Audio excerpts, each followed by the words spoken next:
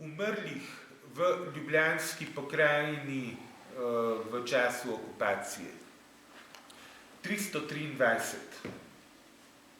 Slovencev v prvem letu komunistične revolucije, do takrat, ko so vaši predniki v Šentjoštu usekali po partizanih, ki so prišli ropati in pobijati, okrog 1500. Nemških žrtev okrog 400.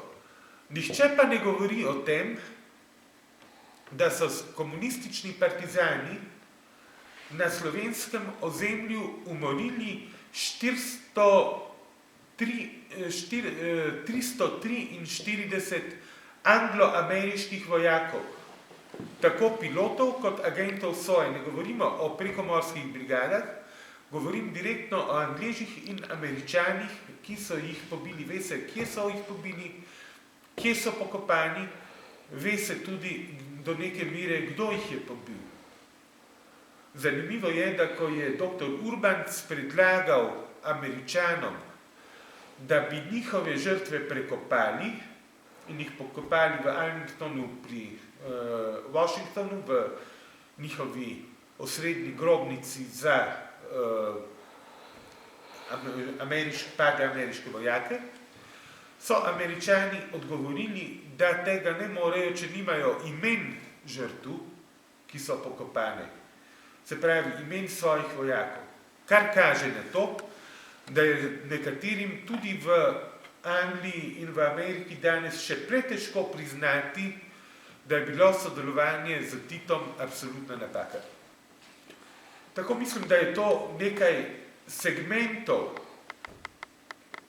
ki osvetljujejo ta Urbančev napor, prinesti nove podatke, dokumentirati, pokazati zlaganost celotne zgodbe o narodno-osvobodilnem boju. Knjiga ima zraven mojo obsežno študijo, v kateri, to bom mimogrede omenil,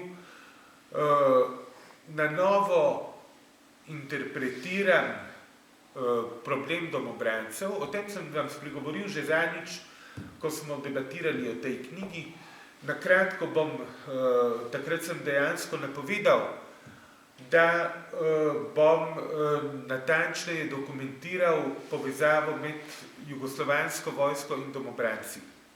Medtem so se našli še novi dokumenti, ki nedvomno kažejo, da so domobranci bili, čeprav konspirativno, to pomeni, da navadni domobranci tega niso vedeli, to je vedel, izgleda, oficirski zbor,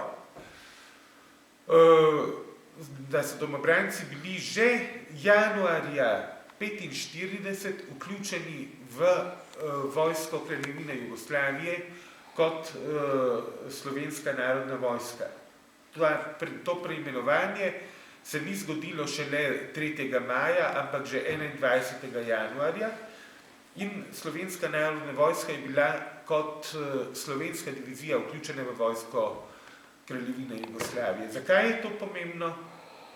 Po eni strani dokazujemo, da boja zoper okupatorja ni bilo, da partizanski NOB, da je dejansko zlagan, da gre za revolucijo.